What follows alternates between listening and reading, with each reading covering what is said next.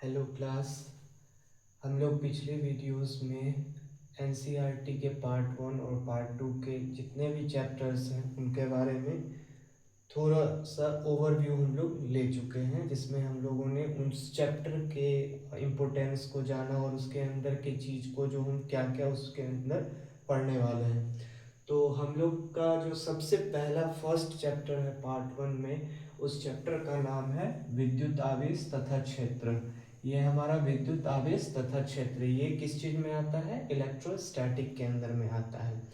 तो उस चीज़ को हम बारीकी से उसके बारे में कुछ डिफिनेशंस को देखते हुए स्टेप बाय स्टेप इस चीज़ में हम लोग आज से इस चीज़ का शुरू करते हैं, और इस चैप्टर के अंदर जितने भी टॉपिक्स आते हैं उस पर हम लोग इसको अच्छे से समझने का कोशिश करेंगे। तो चलिए हम लोग शुरू करते हैं।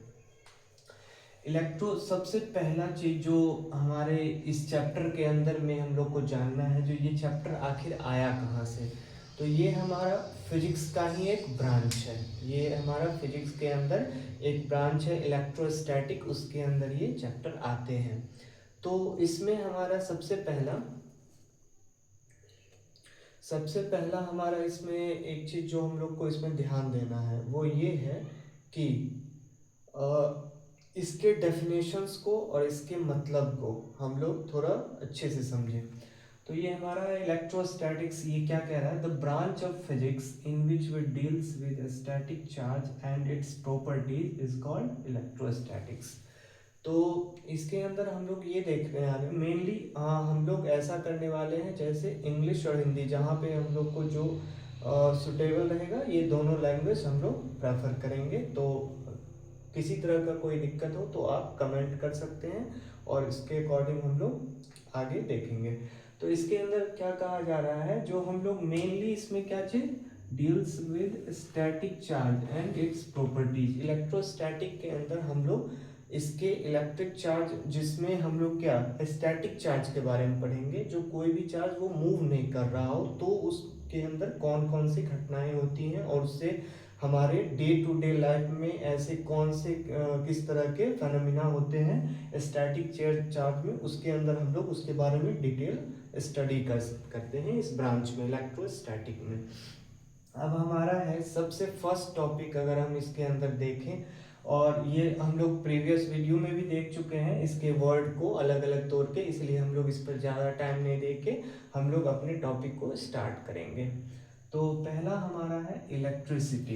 इलेक्ट्रिसिटी क्या है? इलेक्ट्रिसिटी एक प्रॉपर्टीज है, ये एक तरह से आवेश जो हम लोग पढ़ने वाले, ये हमारा चार्ज, ये सेम दोनों एक तरह से सेम कॉन्सेप्ट है, जो कि एक क्या प्रॉपर्टीज है किसी भी बॉडी के अंदर। जैसे अगर कोई वस्तु किसी दूसरे वस्तु को अगर अपनी ओर खींच रही है, कोई ऐसा प्रॉपर्टी जो उसके अंदर इनहेरेंट आ गया, जिसके चलते वो किसी दूसरे चीज को खींच रही है, वो किन तरह से वो उसमें आता है उसके बारे में हम लोग आगे देखेंगे, जो आखिर ये प्रॉपर्टी कैसे जनरेट होती है। तो सिंपली क्या इसके डेफिनेशन में है, किसी भी वस्तु का वह गुण जिसके कारण उसमें दूसरे वस्तु को अपनी ओर आकर्षित या रिपेल करने की टेंडेंसी होती है।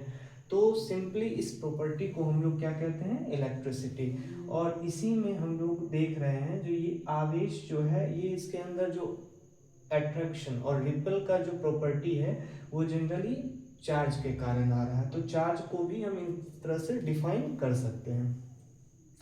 तो चार्ज में अगर हम लोग देखें, चार्ज का एक बेसिक इसके बारे में हम थोड़ा डिटेल देखें। आखिर इसमें वैसे बहुत सारे चीज़ हैं जिसमें एग्जांपल्स भी हम लोग देखेंगे, लेकिन एग्जांपल के तौर पे अगर हम लोग लें अपने डे टू डे लाइफ में, तो जैसे हम लोग जैसे सर्दी के महीने में हम लोग कंबल का ये हो गया एग्जांपल, जैसे उसमें या तो उसको आप ले सकते हैं, नहीं तो अदर और भी सिंपल अगर हम लोग एग्जांपल देखें तो हम लोग जो कॉम्ब करते हैं, कॉम्ब करने के बाद उसमें जो अगर हम लोग जैसे वो सूखे बालों पे अगर हम कॉम्ब करते हैं, इसके बाद कागज के छोटे छोटे टुकड़ों के एकदम, जिसके एकदम ये बहुत ही टीनी पार्टिकल्स होंगे पेपर के, उसके पास अगर हम वो रब करते वक्त रब करके और जस्ट उसको वहां पे टच करेंगे तो वो अपनी ओर क्या कर लेगी? अट्रैक्ट कर लेगी। तो ये सब चीज जितने भी ये घटनाएं हैं, ये एक्चुअली चार्ज के कारण ही हो रही है, जो कि वो रब करने से। आखिर वो रब कैसे वो आ जाता है प्रॉपर्टी, वो आगे हम लोग डिस्कस करेंगे, लेकिन अभी हम लोग यही समझ रहे हैं कि ये प्रॉपर्टी है। अब आवेश का देखें तो आवेश का ऐसा मात्रक कूलाम्ब होता है। आवेश का ऐसा मात्रक क्या होगा, कूलाम्ब होता है, और इसको हम लोग क्यू से डिनोट करते हैं।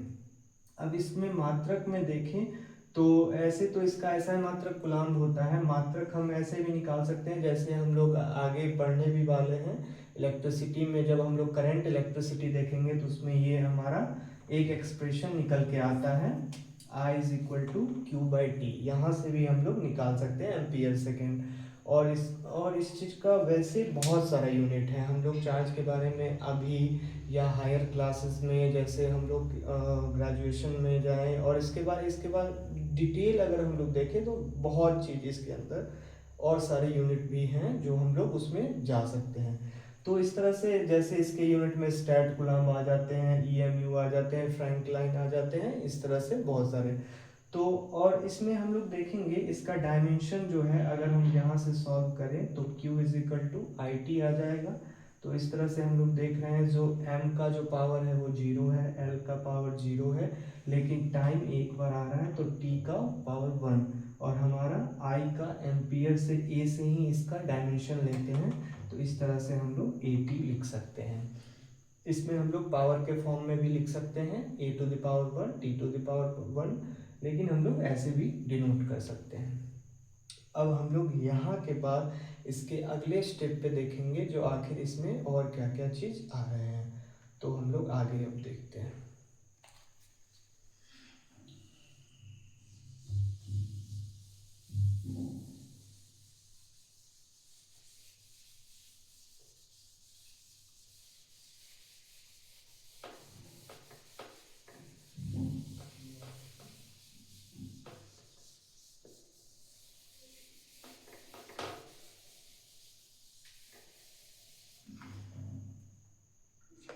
अब हमारा इसमें आता है, सबसे पहले हम लोग चार्ज को, अब इसके जितने भी टाइप्स हैं उसके बारे में हम लोग थोड़ा देख लेंगे, इसके बाद आगे हम लोग बढ़ेंगे।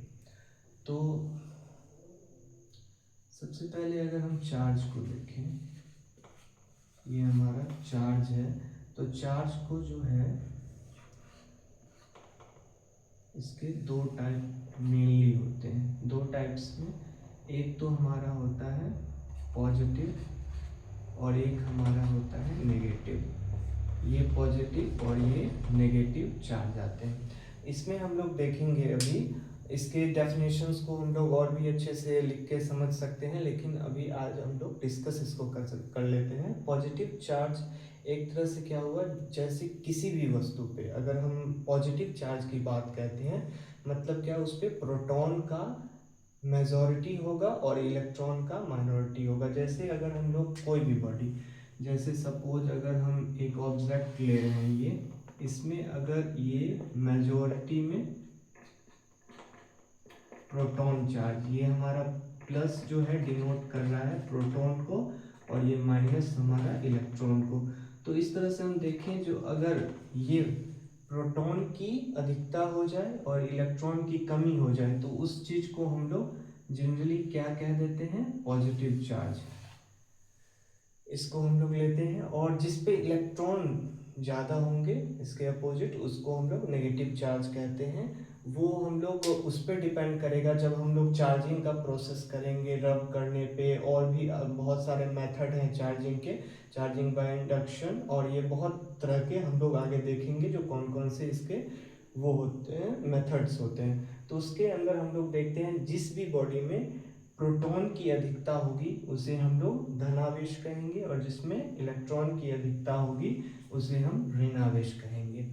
तो इस चीज़ के बारे में हम लोग अभी इतना तक समझ रहे हैं। फिर आगे इसमें हम लोग चार्जिंग का प्रोसेस और भी इसके स्टेप बाय स्टेप हैं, उसको हम देखेंगे। उससे पहले एक चीज़ और है, इसमें आप और देख सकते हैं, जैसे ये हमारा जो चार्ज है, चार्ज जो है ये हमारा क्या है, स्केलर क्वांटिटी। ये स्केलर क्वांटिटी है, मतलब क्या, ये अदिश राशि है। ये हमारा अदिश राशि है। अदिश राशि कहने का मतलब इसमें हम लोग देखते हैं जो इसमें सिर्फ मैग्नीट्यूड होते हैं, इसमें मैग्नीट्यूड और डायरेक्शन नहीं होते हैं। तो ऐसे अगर हम लोग देखें तो इसका एक हम लोग जब समेशन करते हैं, जब चार्ज का समेशन करते हैं तो एक इसका फॉर्म होता है जो हम लोग को देखना है। अगर हम लोग इसके समेशन को निकालें चार्ज को, तो हम लोग ऐसे लिख सकते हैं Q1 प्लस Q2, और ये जहाँ तक हमारा जाएगा Qn तक। अगर कोई भी बॉडी है, कुछ भी है, इसमें अगर Q1 चार्ज है, Q2, Q3, Qn ऐसे करके अगर चार्ज है तो उसको हम लोग इस फॉर्म में भी लिख सकते हैं।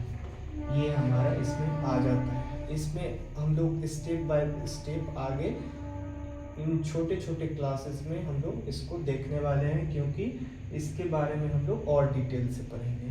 Thank you.